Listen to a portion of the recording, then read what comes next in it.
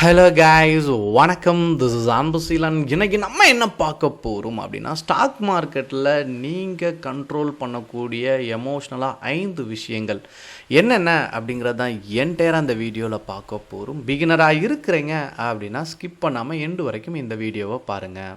Stock market அப்படின்னு சொன்னாலே initial டைமில் நமக்கு ஒரு பயம் இருக்கும், சரிங்களா? அதை தூர வச்சுருங்க.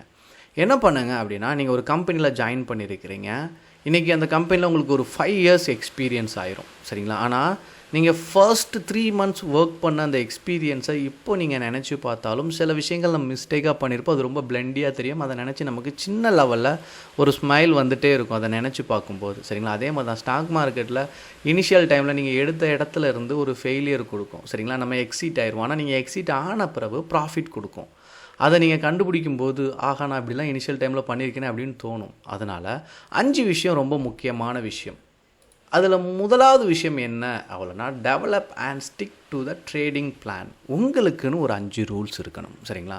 நான் மார்க்கெட் பாசிட்டிவாக இருந்தால் தான் ட்ரேட் பண்ணுவேன், ட்ரெண்ட் எனக்கு கரெக்டாக அமையணும், நான் ஒரு பேட்டர்னை ஃபாலோ பண்ணுவேன், ஒரு ஸ்டாக்கில் லிக்விடிட்டி இருக்கும், இந்த மாதிரி எந்த ரீசனாலும் இருக்கலாம். அதில் முக்கியமான ஒரு பாயிண்ட், இனிஷியல் டைமில் நீங்கள் ஸ்டாப் லாஸை மெயின்டைன் பண்ணக்கூடிய ஒரு நபராக இருக்கணும், சரிங்களா? உங்களுடைய பிளானிங்கில் ஸ்டாப் லாஸை ப்ராப்பராக மெயின்டைன் பண்ணணும். செகண்ட் பார்த்துக்கிட்டிங்க அப்படின்னா, manage risk by sizing your position appropriately. அதாவது ரொம்ப முக்கியமான விஷயமே என்ன அப்படின்னா, நிறைய ட்ரேடை நம்ம எக்ஸிக்யூட் பண்ணிடுவோம், சரிங்களா? அது இந்த பொசிஷனை கண்ட்ரோல் பண்ண முடியாது.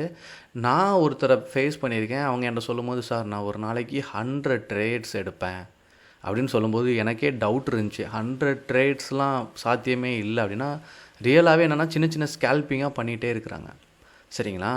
அது என்னால் பிலீவே பண்ண முடியலை. பட் அவங்க எனக்கு சொல்கிறது, எனக்கு ட்ரேட் எடுக்கலை அப்படின்னா எனக்கு ஒரு கை நடுக்கமாகவே இருக்குது சார், ஆனால் எனக்கு லாஸ் தான், நான் ப்ராஃபிட் பண்ணாலும் நான் எடுத்த அந்த ட்ரேடுக்கான கமிஷன்லேயே எனக்கு எல்லா அமௌண்ட்டுமே போயிடும் அப்படிங்கிறது தான் அவங்களுடைய மெயின் ரீசன்.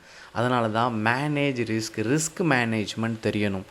அதாவது நான் ஒரு ட்ரேட் எடுக்கிறேன், என் ட்ரேடில் நான் எவ்வளோ லாஸ் இருக்கணும், அது 3, 5, 7 அப்படின்லாம் ரூல்ஸ் இருக்குது, சரிங்களா? இந்த ரூல்ஸ் எல்லாம் நீங்கள் மெயின்டைன் பண்ணலாம். என் கேபிட்டல்லேருந்து நான் எந்த மாதிரியான லாஸ் வரைக்கும் நான் ஃபேஸ் பண்ணலாம், எவ்வளோ பர்சன்டேஜ் எடுத்துக்கலாம், இந்த மாதிரியெல்லாம் நீங்கள் ட்ரை பண்ணணும். அதேமாதிரி பிளெண்டி ஆஃப் பொசிஷன் எடுத்தாலும் அதில் 5% மேலே கேபிட்டல் கீழே இறங்கக்கூடாது அப்படிங்கிறத இனிஷியல் டைமில் நீங்கள் பிளான் பண்ணிடுங்க. Limit outside noise and media exposure. அதாவது இன்றைக்கி என்ன அப்படின்னா, உங்கள் ஃப்ரெண்டு சொன்னாங்கன்னு சொல்லி தான் நம்ம ட்ரேட்குள்ளே வந்திருப்போம், சரிங்களா? யாரோ ஒருத்தர் ஏதோ ஒரு விஷயத்த சொல்லியிருப்பாங்க, நம்ம நியூஸில் பார்த்துருப்போம், யூடியூப் சேனலில் பார்த்துருப்போம், நிறையா ப்ராஃபிட்டை மேக் பண்ணியிருப்பாங்க, சரிங்களா? ஆனால் நீங்கள் ட்ரேட்குள்ளே வரும்போது தொடர்ந்து சரிவில் இருக்கிறனால அந்த டைமில் நம்ம எக்ஸிட் ஆகிட்டு திரும்ப நம்ம வெளியே வந்த உடனே அது ஒரு ப்ராஃபிட்டை நோக்கி போகும். இல்லை அப்படின்னா உங்கள் லாஸை பிரேக் ஈவனில் எடுத்துகிட்டு வரும், சரிங்களா? இதெல்லாம் பார்த்தேன் போது 2 விஷயம் ரொம்ப முக்கியமான ஒரு விஷயம். ட்ரேடை பொறுத்த மட்டும் நியூஸ் ரொம்ப முக்கியம், சரிங்களா? ஆனால் நியூஸை பேஸ் பண்ணியே ஃபுல் ட்ரேடும் கிடையாது. ஏன்னா அங்கே டெக்னிக்கலாக நீங்கள் எப்படி இருக்கிறீங்க, பேட்டர்ன்ஸ் எப்படி பயன்படுத்துகிறீங்கிற பேஸ் பண்ணியெல்லாம் இருக்குது. அதனால் கொஞ்சம் கேளுங்க. யார் சொன்னாலும் ஒரு மென்டாரை கண்டிப்பாக நீங்கள் எடுத்துக்கணும், சரிங்களா? ஏன்னா நீங்கள் ஒரு பை செல் அப்படி தான் ட்ரேட்குள்ளே வந்திருப்பீங்க. நம்ம எந்த கிளாஸஸும் படிச்சிருக்க மாட்டோம். எந்த கிளாஸுமே நீங்கள் படிக்க வேண்டாம். நீங்கள் என்ன பண்ணுங்கள் அப்படின்னா, ஃப்ரீயாகவே யூடியூப்பில் அதே மாதிரி கூகுள்லே நிறைய புக்ஸே அவைலபிளாக இருக்குது, சரிங்களா? புக்ஸை பேஸ் பண்ணி படிக்க ஆரம்பிங்க. படிச்சிட்டிங்கனாலே யார் சொல்கிறதையும் கேட்கணுங்கிற அவசியம் நமக்கு இருக்காது. நம்ம அந்த இடத்துலையே ஸ்டாப் பண்ணிடுவோம். Keep a trading Journal to tracking performance and emotionally. அதாவது ஒரு ட்ரேட் லாஸ் ஆகும்போதும் ஒரு ட்ரேடு ப்ராஃபிட் ஆகும்போதும் நான் என்ன பண்ணியிருக்கேன், நான் 10 ட்ரேட் எடுத்திருக்கேன், நீங்கள் 7 ட்ரேட் சக்ஸஸ் பண்ணி 3 ட்ரேட் நீங்கள் லாஸ் பண்ணாலும் உங்கள் அக்கௌண்ட் 0ல் வரலாம், மைனஸில் வரலாம். ஏன்னா இங்கே என்ன பிரச்சனை இருக்குது அப்படின்னா, ப்ராஃபிட்டை மேக் பண்ணும்போது கம்மியாகவும் லாஸை மேக் பண்ணும்போது அதிகமாகவும் எடுத்துப்போம், சரிங்களா? அதனால தான் ஸ்டாப் லாஸ் அப்படிங்கிறத மெயின்டைன் பண்ணணும். கேபிட்டல்லேருந்து 7 ட்ரேடு நீங்கள் எடுக்கிறீங்கன்னா, இப்போ 7% ரிஸ்க் எடுக்கிறீங்க அப்படின்னா, இப்போ 7 ட்ரேட் எடுக்கிறீங்க, ஓகேவா? ஓவராலாக இந்த 7 ட்ரேடு எடுக்கும்போது 7%க்கு மேலே நான் லாஸில் போக மாட்டேன் அப்படின்னு நீங்கள் வச்சுருக்கீங்க, சரிங்களா?